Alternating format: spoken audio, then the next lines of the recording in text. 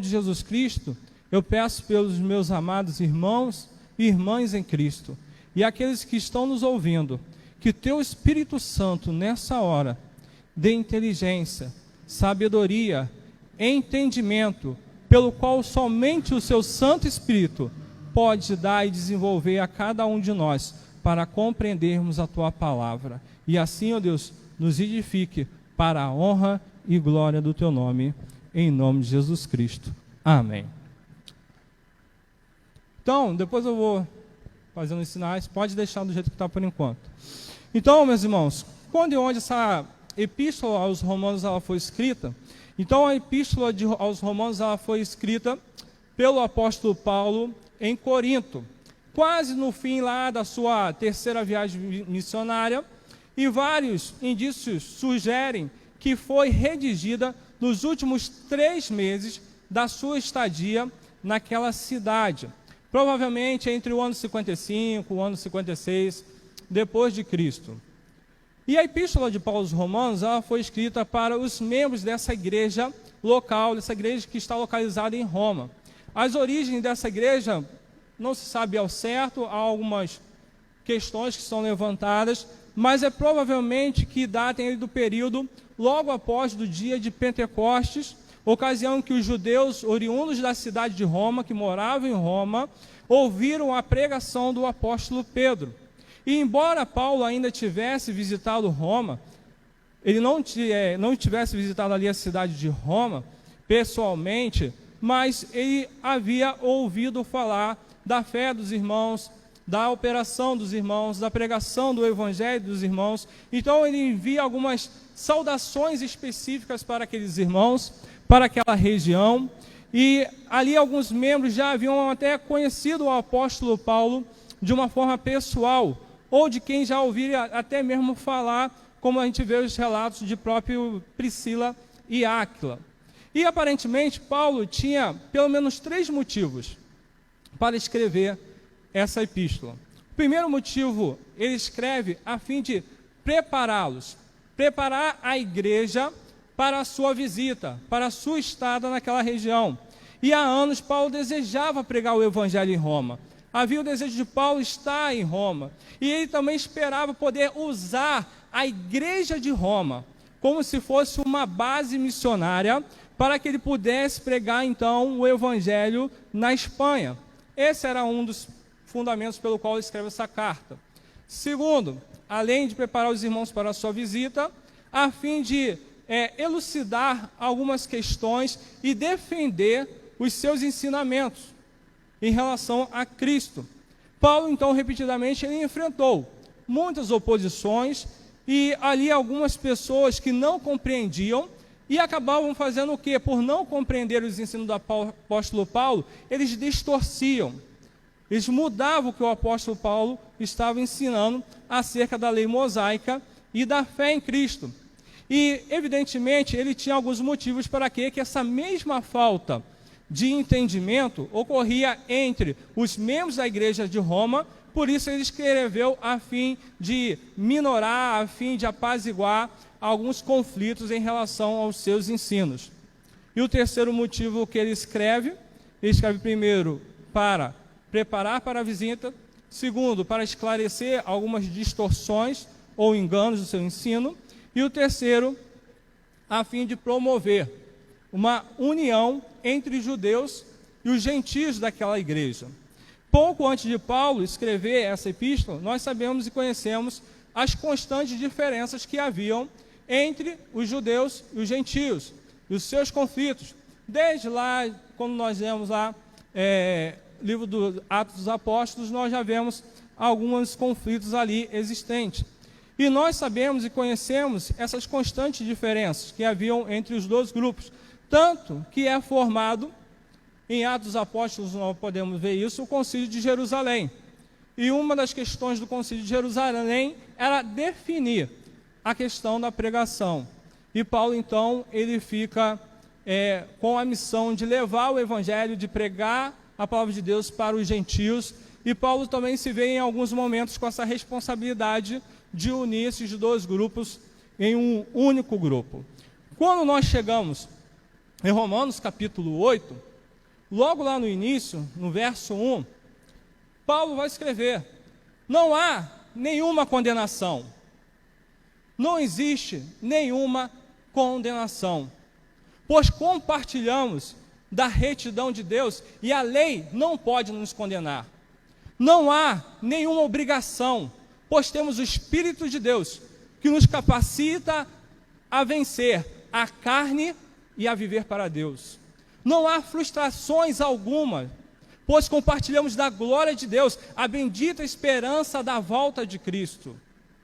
A ênfase, então, dessa última sessão, que o apóstolo Paulo escreve no capítulo 8, que nós acabamos de ler, do verso 31 ao verso de número 39, Paulo, então, escreve sobre a segurança do cristão, sobre o amor de Deus, sobre o sacrifício e a redenção que Cristo operou em nós. E não precisamos temer o passado, nós não precisamos temer o presente, nós não precisamos temer o futuro, pois estamos seguros no amor de Jesus Cristo. E Paulo oferece argumentos para provar que o cristão não pode ser separado do seu amor. Pode passar. Então, para a gente poder entender essa questão da perseverança dos santos, o que acontece? Pode passar, irmã. Existem duas visões da perseverança. Existe a visão arminiana, e dela nós podemos constatar que praticamente na nossa cultura, no nosso país, 90% das pessoas, isso aqui é uma boa estimativa, tá, irmãos? 90% são arminianos. E nós, como presbiterianos, calvinistas e reformados, nós acabamos recebendo influências desse arminianismo e acabam trazendo para nós algumas distorções. Por exemplo, lá na perseverança, em que a visão arminiana ela vai sustentar que é possível alguns que verdadeiramente nasceram de novo virem a perder a sua salvação. Os arminianos entendem que o pecador ele pode tanto se salvar a si mesmo, como ele pode então perder-se, pois tudo depende da sua decisão consciente, de seu livre-arbítrio. É ele, o pecador, que decide se ele vai receber a Cristo ou se ele vai rejeitar a Cristo. Na nossa visão, a visão reformada, bíblica, diz assim: Deus não desfaz a sua graça. Deus não vai desfazer a sua graça. Deus não retira do redimido a bênção da remissão. Não há possibilidade de um regenerado por Cristo, um novo homem, ele retornar à sua velha condição de homem. Velho, o nascimento é único e sendo uma operação divina e definitiva. Por isso, o regenerado em Cristo, pelo Espírito Santo, ele jamais pode perder a sua salvação. Por isso, meus amados irmãos, não devemos nos esquecermos de que quando Paulo falava dessas circunstâncias adversas que Satanás ou outros inimigos da cruz usavam a fim de produzir essa separação entre os crentes e o seu Senhor. Ele não estava falando como um teólogo ou um filósofo de uma questão apenas teórica. Paulo, ele enumera 17 circunstâncias que poderíamos considerar que pode tentar afastar o crente do seu Senhor, que pode distanciá-lo de Cristo. E aí Paulo, então, ele vai escrever para dar essa segurança. E além dessas 17 questões que o apóstolo Paulo levanta sobre aquilo que poderia tentar nos afastar de Cristo, nós temos algumas outras circunstâncias que nós poderíamos colocar aqui e você falar, essas coisas também podem nos separar ou tentar nos afastar de Cristo. São elas: tristeza, desânimo, sofrimento, lutas, desgosto, abatimento, mágoas, fracassos, promessas falsas, ilusões, ansiedade. E principalmente as pessoas, quando elas dizem: você não vai conseguir, isso é fogo de palha, isso não vai dar certo, você é um fracassado, você é um inútil. Ou, no nosso meio pentecostal, no nosso meio evangélico, você está em pecado, por isso Deus está te castigando. Você não tem fé? Você não confia em Deus? Essas coisas poderiam até nos afastar, nos separar de Cristo. Pode passar. E aí, diante desse cenário, tanto que o apóstolo Paulo escreve, que nós estamos colocando aqui para os irmãos, é diante desse cenário que nós acabamos de destacar, que podemos constatar, sendo impossível para o ser humano perseverar sem Deus, que venha capacitá-lo para poder prosseguir.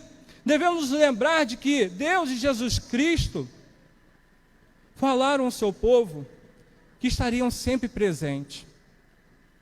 Conforme nós observamos na frase: eu sou contigo, eu sempre estou convosco.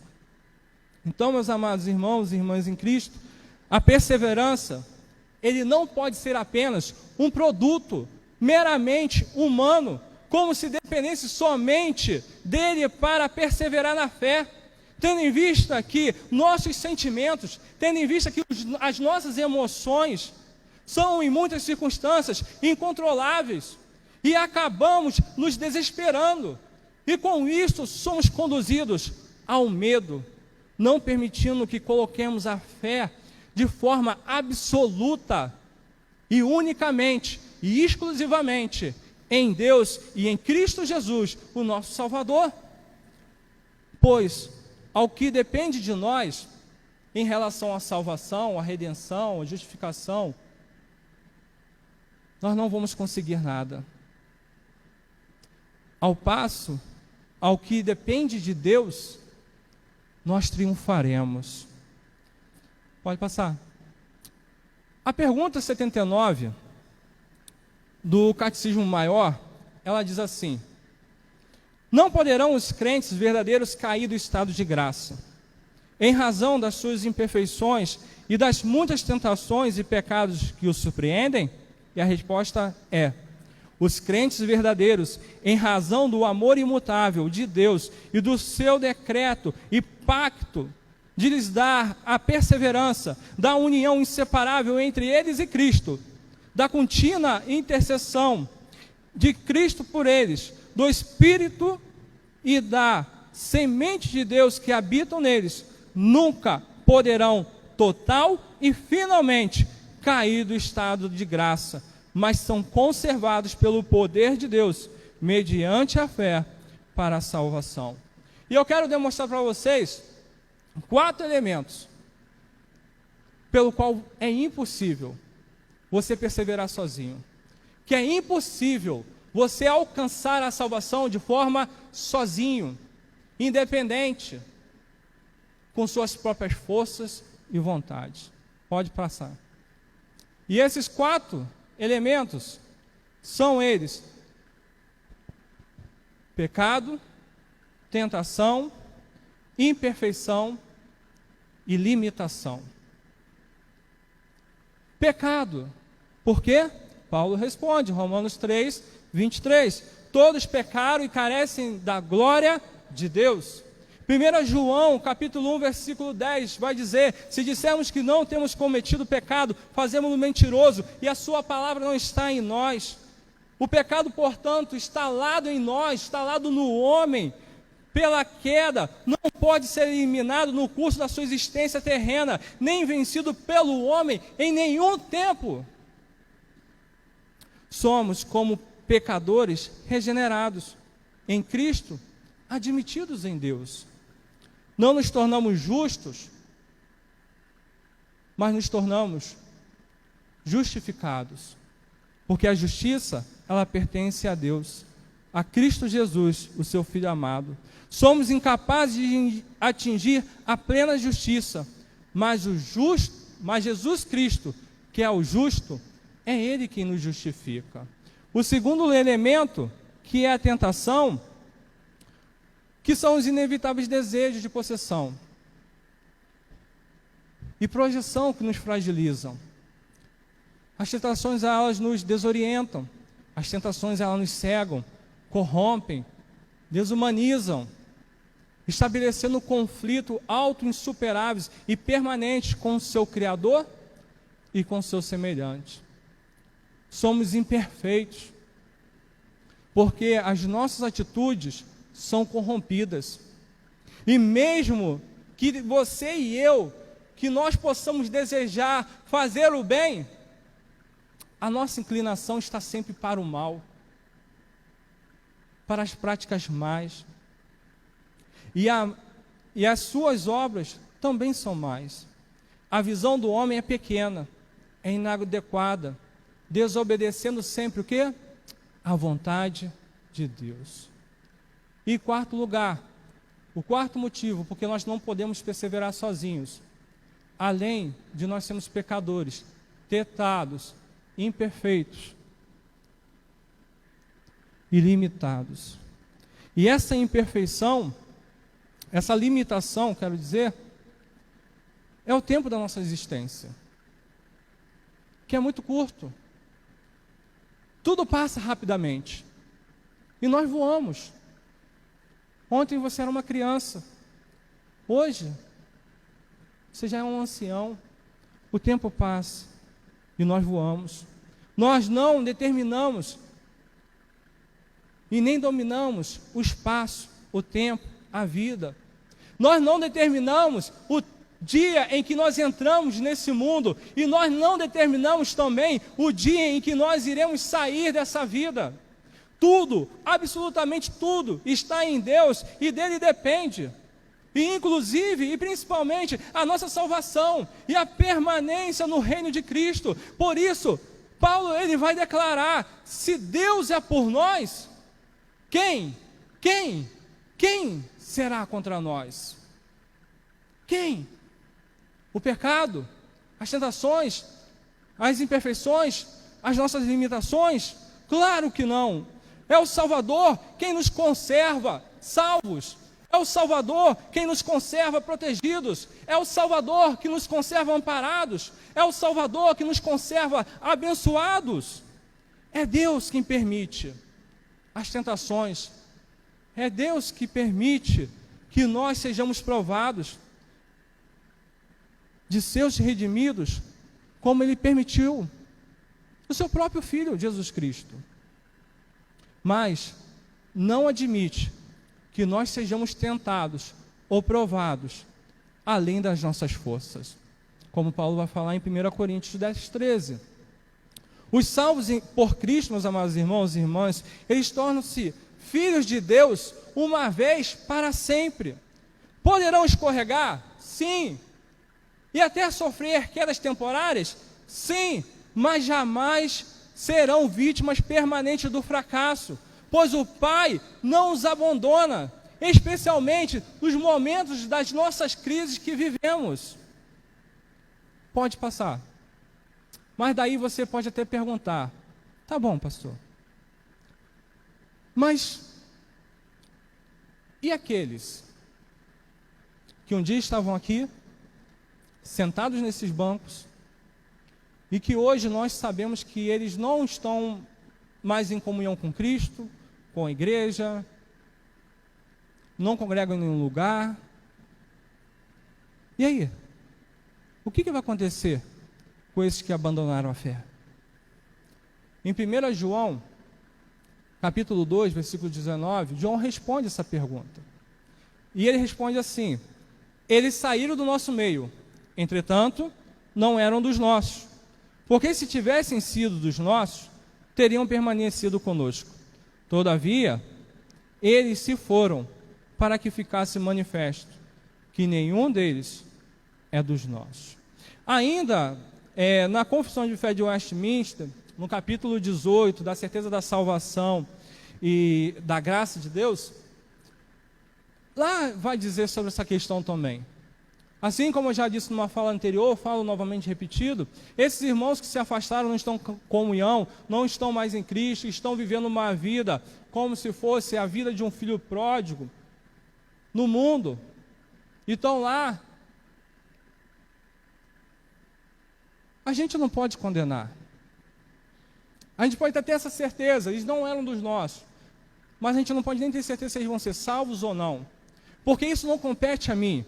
Isso não compete a você, isso não compete a ninguém, somente ao Criador, somente a Jesus Cristo.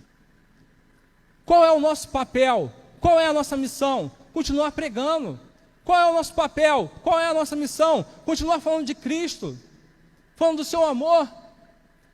Talvez aquela pessoa nem esqueceu, mas ela precisa de ouvir a sua voz, de ouvir você. E quando você falar, Deus vai falar por meio de você. E Deus poderá novamente restaurar aquela vida e se assentar novamente nesses bancos. Porque nós não determinamos quem será salvo e quem se perderá. Porque tudo isso está sob o domínio de Deus, nas mãos de Deus, porque Deus é quem salva, é Deus quem condena. Não é o crente, por isso que a gente vai estar colocando. Não é você que persevera, não sou eu que persevero, mas é Deus quem nos mantém perseverantes nesse caminho. É Deus que nos mantém até aqui. Quantos durante essa pandemia se afastaram? Quantos durante essas pandemias? Eu até costumo fazer um paralelo com o dia 11 de setembro nos Estados Unidos, quando houve aqueles acidentes das duas torres gêmeas, que aqueles dois aviões se colidiram, que nos Estados Unidos houve um boom nas igrejas, que todo mundo pensava que Cristo ia voltar, e todo mundo correu para as igrejas ficaram lotadas e cheias. Com a pandemia, esse ano passado para esse ano, o efeito foi contrário. As pessoas já não creem mais na volta de Cristo. E se você está aqui hoje, é porque Ele está mantendo você aqui. É Ele quem está sustentando você aqui. É Ele que está mantendo você aqui perseverante no reino dEle. Porque a nossa perseverança depende exclusivamente do Filho de Deus, Jesus Cristo, e da aplicação da sua obra regeneradora em nós, em meio ao Espírito Santo. O Deus que nos salva, Ele nos sustenta no seu reino, e Ele é soberano. O Deus que nos salva e nos sustenta no seu reino, Ele é onipotente. O Deus que nos salva e nos sustenta no seu reino, Ele é infalível. O Deus que nos salva e nos sustenta no seu reino é fiel. O Deus que nos salva e nos sustenta no seu reino, Ele é imutável. O pastor William Barclay, citando Romanos, ele diz que Paulo faz uma lista de coisas terríveis. Nem a vida, nem a morte pode nos separar de Cristo. Na vida, vivemos com Cristo. Na morte, morremos com Ele. E por que morremos com Ele? Ressuscitamos também com Ele. E a morte, longe de ser uma separação, é só um passo a mais para a sua presença. A morte não é o fim, é só a porta no céu, que leva à presença de Jesus Cristo. Os poderes angélicos não podem nos separar deles. Por isso, o apóstolo Paulo vai dizer que, porque estou bem certo de que nem a morte, nem a vida, nem anjos, nem principados, nem coisas do presente, nem do porvir, nem poderes, nem a altura, nem a profundidade, nem qualquer outra criatura poderá nos afastar. Como poderíamos, meus amados irmãos e irmãs em Cristo, viver uma fé que nos conduz à descrença, que nos aprisiona como escravos malditos, que podemos perder a salvação? Imagine você, fez algo errado, vou para o inferno. Fiz algo certo agora, vou para o céu. Fiz algo errado, vou para o inferno. Fiz algo certo, vou para o céu. Imagine você viver assim. É um inferno. É um inferno. Você não ter certeza que Cristo te ama, que Cristo perdoou os seus pecados. É lógico que nós vamos lutar para vencer o pecado. É lógico que nós vamos lutar para combater contra o pecado dia após dia. mas dobrando os joelhos e pedindo ao Senhor misericórdia, porque nós não podemos vencer sozinhos. E precisamos da ajuda do Espírito Santo para nos manter de pé. Na verdade, ninguém perde aquilo que não ganhou, pois quem perdeu pelo caminho, na verdade, é porque nunca foi eleito ou escolhido por Deus para a salvação. Se afirmarmos hoje que é possível perder a salvação, viveremos uma fé que não manifesta a verdadeira confiança em Jesus Cristo para a salvação.